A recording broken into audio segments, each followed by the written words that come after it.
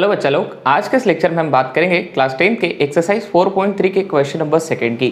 Question number second है बच्चा लोग कि जितने भी क्वेश्चन फर्स्ट में आप लोग ने क्वेश्चन किए थे उन सभी को आपने वहां जो है पूर्ण वर्ग बनाने की विधि से सॉल्व किया था। तो क्वेश्चन नंबर सेकंड में आपको द्विघात सूत्र विधि से सॉल्व करना है। तो सबसे पहले मैं बच्चा लोग आपको बता दूं कि द्विघात सूत्र विधि क्या होती है और किस स्टेप से हम क्वेश्चन को सॉल्व करेंगे।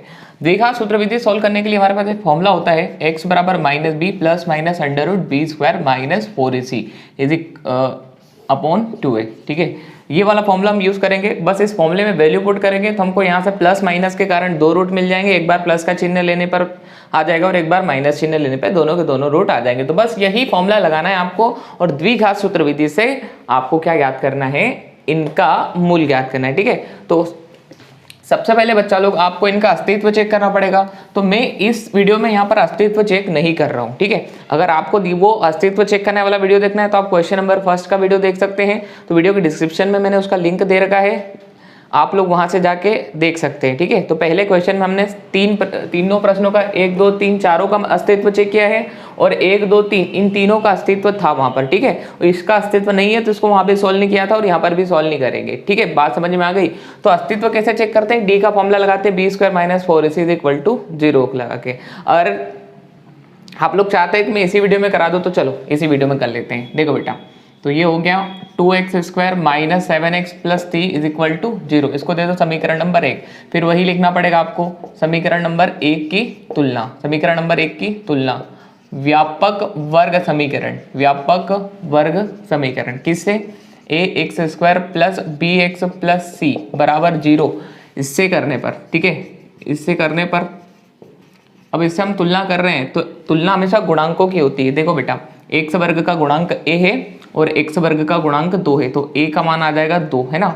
x का गुणांक b है, x का गुणांक माइनस का 7 है, चिन्ह के साथ लिखना है आपको। ठीक है, और c बराबर आप लोग यहाँ पे देखेंगे कि कोई नियतांक है तो c का मान आ गया 3। अब चूंकि आपको अस्तित्व चेक करने के लिए d का फॉर्मूला लगाना पड़ता था बी स्क्वायर माइनस 4ac, तो लगा लो कोई प्रॉब्लम नहीं है, वहां पर भी किया और यहाँ पर भी कर लो। तो ये -7 का स्क्वायर हो जाएगा, -4 इंटू a का वैल्यू 2।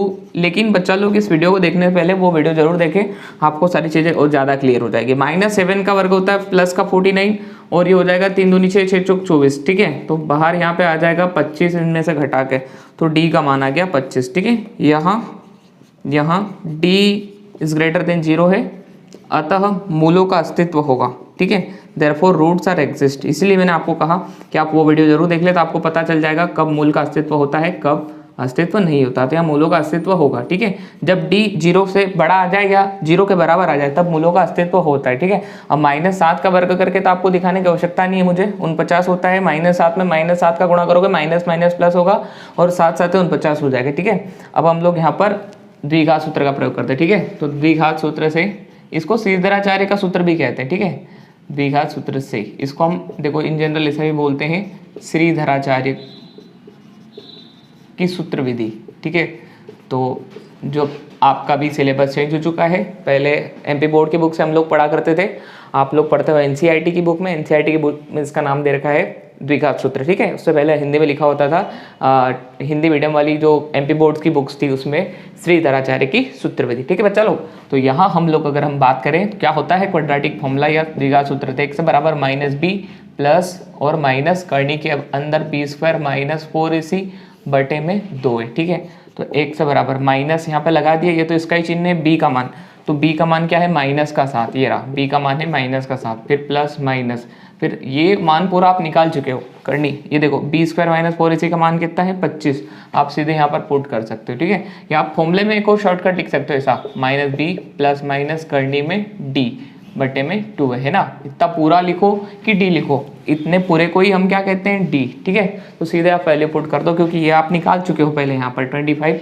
अब 2 इंटू a का वैल्यू क्या है बच्चा लोग, तो a का वैल्यू यहाँ से मिलेगा कितना है 2 है। ठीक है, तो ये हो जाएगा x इज इक्वल टू क्या हो जाएगा minus minus plus 7 plus minus करनी का 25 से क्या बाहर आएगा 5। कैसे आता है देखो बताता हूँ, करनी 25 को हम लिख सकते हैं अंदर 5 गुणा 5 है ना, फैक्टोराइज करके, तो 2 बार है तो 1 बार बाहर आ जाएगा, बटे में 2 दूनी 4। बात करें बच्चा लोग x बराबर, तो यहाँ पे 2 चिन्ह है, एक बार प्लस का और एक माइनस का, तो हम क्या करें पहले धनात्मक चिन्ह लेते हैं फिर ऋणात्मक ले लिए, तो क्या लिखेंगे धनात्मक चिन्ह लेने पर। ठीक है, ऑन टेकिंग पॉजिटिव साइन, धनात्मक चिन्ह लेने पर। अगर यहाँ धनात्मक चिन्ह ले ले तो ये हो जाएगा 7 + 5 और बटे में आ रहा है 4, ठीक है, तो हो जाएगा 12/4, ठीक है बच्चा लोग, तो कट जाएगा और यहाँ पर कितना आ जाएगा 3, तो आपको x का वैल्यू मिल रहा है यहाँ पर 3 मिल रहा है। Is that clear right now बच्चा पार्टी? और बच्चा लोग आपने धनात्मक चिन्ह लिया, सेम ऐसे यहाँ पर आप कर लो ऋणात्मक चिन्ह लेने पर। क्या लिखोगे? ऋणात्मक चिन्ह लेने पर, तो यहाँ पर माइनस आ जाएगा, ठीक है, तो x बराबर 7 - 5/4, तो x बराबर 7 में से 5 गया 2/4, ठीक है, तो 2 से काटो इसको, 2 एकम 2, 2 दूनी 4, तो x का मान यहाँ पर आ गया आपका 1/2। आई थिंक बच्चा लोग आपको ये चीज़ें मेरी समझाई गई, समझ में आ रही है। x का मान 3 आ गया, x का मान 1/2। इज दैट क्लियर बच्चा लोग? तो ये हमने वेरी फर्स्ट क्वेश्चन कर लिया, कौन से मेथड से किया? द्विघात सूत्र से, ठीक है, जैसा कि उसने हम लोग को यहाँ पे बोल रखा है। तो हम लोग यहाँ पे भी निकाल लेते हैं, चेक कर लेते हैं, कोई प्रॉब्लम नहीं है, क्योंकि हमको d का वैल्यू वैसे भी यहाँ पुट करना पड़ता है, तो ये निकल ही जाएगा, ठीक है। तो बच्चा लोग ये वेरी फर्स्ट क्वेश्चन यहाँ पर एंड हो गया। अब हम लोग बात कर लेते हैं क्वेश्चन नंबर 2 की। क्वेश्चन नंबर 2 की बात करें बच्चा लोग, तो क्वेश्चन नंबर 2 को भी हम ऐसे लिखेंगे, समीकरण 1 और फिर वही समीकरण नंबर 1 की तुलना व्यापक वर्ग समीकरण किससे करेंगे? x² + bx + c = 0 से करने पर, ठीक है। तो कंपेयर करके लिखो, a का मान 2 आ रहा है, b का मान कितना आ रहा है, x का गुणांक कुछ नहीं है तो यहाँ पे 1 आएगा, ठीक है, प्लस है तो +1 आएगा, ठीक है, माइनस है तो -1 आता है, और c के बराबर -4। अब बच्चा लोग यहाँ पर आप लोग क्या करेंगे? वही डिस्क्रिमिनेंट विविक्त कर का फॉर्मूला लगाओ, क्या होता है? b² - 4ac, b मतलब 1 का स्क्वायर -4 × 2 × -4, ठीक है, तो 1 का स्क्वायर क्या हो जाएगा? 1। अब ये हो जाएगा 4, देखो माइनस माइनस हो जाएगा प्लस, 4 चौक 16, 16 दूनी 32, तो ये हो जाएगा हमारा 33। तो d का मान फिर हमारा 0 से बड़ा आ गया, लिखेंगे यहाँ d इज ग्रेटर देन 0, अतः मूलों का अस्तित्व होगा, अतः रूट्स आर एग्जिस्ट, अतः मूलों का अस्तित्व होगा, ठीक है, अस्तित्व होगा, देयरफॉर रूट्स आर एग्जिस्ट। अब मूलों का अस्तित्व होगा, अब द्विघात सूत्र से ऐसा लिख लेना, देयरफॉर बाय क्वाड्रेटिक फॉर्मूला। अब द्विघात सूत्र से, ठीक है, लगाओ x बराबर -b प्लस माइनस करनी में b² - 4ac बटे में आ जाएगा 2a, ठीक है, x बराबर माइनस b का मान बच्चा लो क्या है यहाँ पे? देखो b का मान 1, v का मान 1 है ना, फिर प्लस माइनस, और इसको मैंने आपका ना फॉर्मूले में d भी लिख सकते हो, क्योंकि b² - 4ac, b² - 4ac d होता है, d का मान कितना आ गया? 33, ठीक है, पुट कर दो यहाँ पर, बटे में कितना है? 2a, तो 2 × a का वैल्यू क्या है? a का वैल्यू है 2, ठीक बच्चा पार्टी, तो आप यहाँ लिखेंगे x बराबर -1 प्लस माइनस √33 डिवाइड में 4। अब तो सोल्व हो ही नहीं सकता, एक बार धनात्मक चिन्ह ले लो, एक बार ऋणात्मक, ठीक है, तो लिखेंगे धनात्मक चिन्ह लेने पर, ऑन टेकिंग पॉजिटिव साइन, धनात्मक चिन्ह लेने पर, तो क्या होता है? x बराबर, ठीक, ये हो जाएगा -1 है ना, इसको मत प्लस कर देना, जहाँ प्लस माइनस है ना वही धनात्मक लेंगे, ठीक है, तो यहाँ से प्लस ले लिया, माइनस को नहीं ले रहे, बटे में क्या आ जाएगा? 4। तो एक तो ये मूल हो गया आपका, ठीक है, इसको लिख लो, ये एक मूल हो गया है ना। अब आप क्या लिखोगे? ऋणात्मक चिन्ह लेने पर। कौन सा चिन्ह बेटा? ऋणात्मक चिन्ह लेने पर। ऋणात्मक चिन्ह में आप देखेंगे x बराबर -1 तो ही है, यहाँ पे प्लस नहीं आएगा, इस बार क्या आ जाएगा? माइनस, तो ये ले लिया, और बटे में कितना आ जाएगा? 4। अब इससे ज़्यादा आप क्या सॉल्व कर सकते हो? माइनस को बाहर कॉमन निकालो, माइनस कॉमन आएगा तो ये दोनों प्लस के हो जाएंगे, ठीक है, डिवाइड में आ जाएगा 4। कि सर आंसर में तो इसको प्लस लिखने को पहले लिखा हुआ है, तो उससे क्या फर्क पड़ता है? किसी को भी पहले ये प्लस के ना तो आगे पीछे लिख सकते हो, प्लस के ना तो आगे पीछे लिख सकते हो, इसको आप करनी 33 - 1 भी लिख सकते हो, और इसको करनी 33 + 1 भी लिख सकते हो, लेकिन ब्रैकेट के बाहर माइनस आएगा, क्योंकि माइनस को कॉमन लिया, क्योंकि माइनस जैसे ही अंदर गुणा करेगा, देखो दोनों माइनस के कर देगा ना, माइनस चिन्ह बदलता है, माइनस बाहर है तो अंदर प्लस के दिख रहा है, अगर माइनस अंदर गुणा करेगा तो दोनों माइनस, तो या तो ये लिखो या तो ये लिखो, तो एक मूल ये रहा और एक मूल ये रहा, तो 2 मूल इसके भी आ गए हमारे, ठीक है बच्चा लोग। तो हमारा क्वेश्चन नंबर 2 भी यहाँ पे कंप्लीट होगा, ठीक है। चलो क्वेश्चन नंबर 3 की बात कर लेते हैं फटाफट से।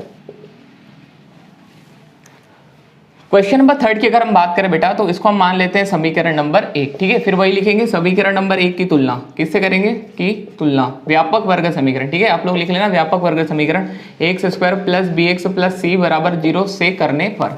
मैंने पहले क्वेश्चन में सब लिखवा दी, इसलिए अब डायरेक्ट लिखवा रहा हूँ। x वर्ग का गुणांक a है, x वर्ग का गुणांक 4 है विद द साइन, x का गुणांक b है, x का गुणांक है 4 करनी 3, तो ये आ गया, ठीक है। c का मान यहाँ पर आ जाएगा बच्चा लोग 3 आ जाएगा। आई थिंक आपको समझ में आ रही है बात। अब चूंकि d का फॉर्मूला लगाओ तो क्या होता है? d बराबर b² - 4ac, यही होता है क्या?